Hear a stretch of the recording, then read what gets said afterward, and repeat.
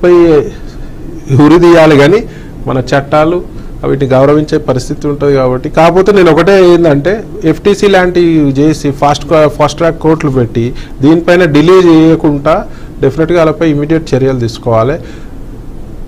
ఉరి శిక్షనే direct వేయాలని చెప్పి నేను అడుగుతున్నా. ఒక్కడికి గట్టిగా శిక్ష పడితే వేరేవాడు ఒక 10 సార్లు ఆలోచిస్తాడు. ఎవరికైనా ఇట్లాంటి వెరీ అన్ఫార్చునేట్ సంఘటన ఇది ఇండియా మొత్తం జరుగుతుంది.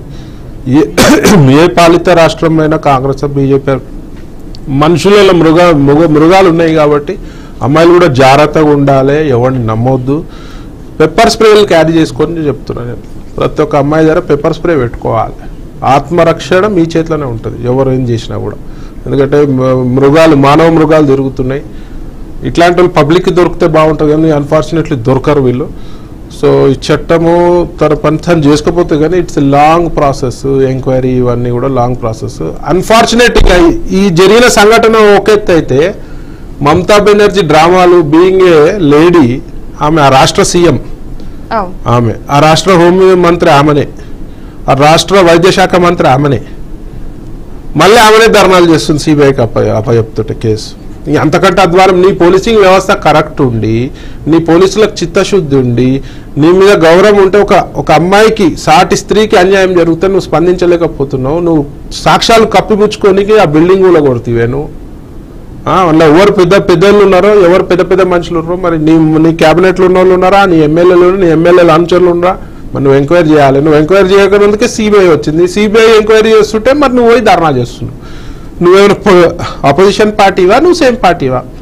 ప్రభుత్వం తప్పు చేస్తే ధర్నాలు ప్రొటెస్ట్ లాంటివి అపోజిషన్ వాళ్ళు చేయాలి కానీ నీ పార్టీ నువ్వే తప్పు చేసి ఒక స్త్రీకి అన్యాయం జరిగితే నువ్వే పోయి నువ్వు ప్రొటెస్ట్ చేస్తున్నావు అంటే ఇంకెంత మంచి పాలన అనేది మీరు అర్థం చేసుకోవాలి. బెంగాల్ ప్రజలు ఆలోచించుకోవాలి ఎట్లాంటి వాళ్ళకి ఓట్లు వేస్తున్నామని చెప్పి. అంటే అటు మన తెలంగాణ రాష్ట్రానికి కూడా వద్దాం. ఇక్కడ కూడా కొన్ని సంఘటనలు జరిగిన విషయాలు మనం చాలా సార్లు చూస్తూనే ఉన్నాం, వింటూనే ఉన్నాం కూడా కొన్ని ఘటనలకు సంబంధించి. సో ఇక్కడ ఎలాంటి చర్యలు తీసుకుంటే ముఖ్యంగా నేను చెప్తున్నా అండి, ముఖ్యంగా మనుషులే సొంతంగా ఈ మృగాల లెక్క ప్రవర్తించకుండా మనకంటూ మనము ఒక వేసుకోవాలి. సినిమాల ప్రభావము, ఈ నెట్ఫ్లిక్స్లు ఇట్లాంటి వాటి ప్రభావం కూడా బాగుంది.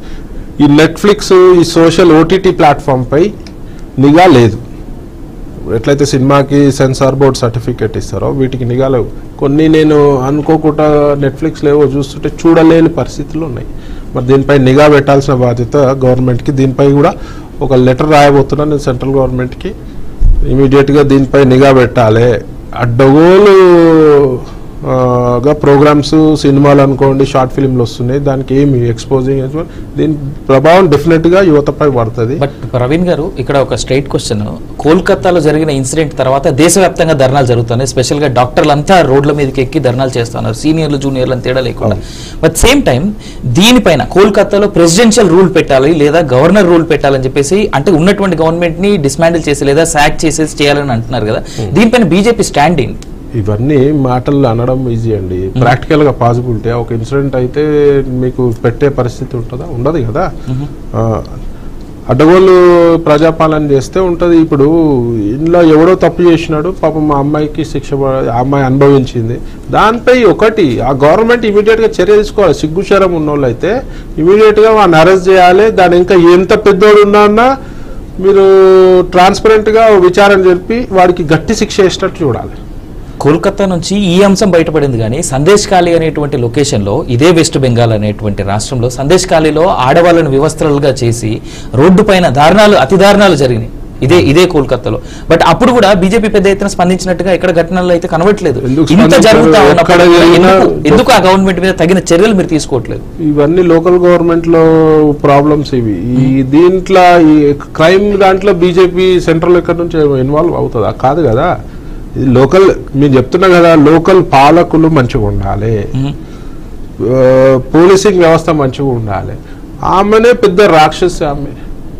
ఆమె అసలు ఒక ముఖ్యమంత్రి ఒక ఆడామై ఉండి సిగ్గుశరం లేకుండా వానికి కాపాడడానికి చూస్తుందంటే ఎవరున్నారో మరి ఇన్వాల్వ్మెంట్, వాళ్ళకి సంబంధించిన గవర్నమెంట్లో కానీ ఎమ్మెల్యేలు కానీ మంత్రులు కానీ వాళ్ళ పిల్లలు రా, మరి వాళ్ళ అనుచరులు రా, మరి ఆమెనే కప్పిపుచ్చుకోనికి చూస్తుంది.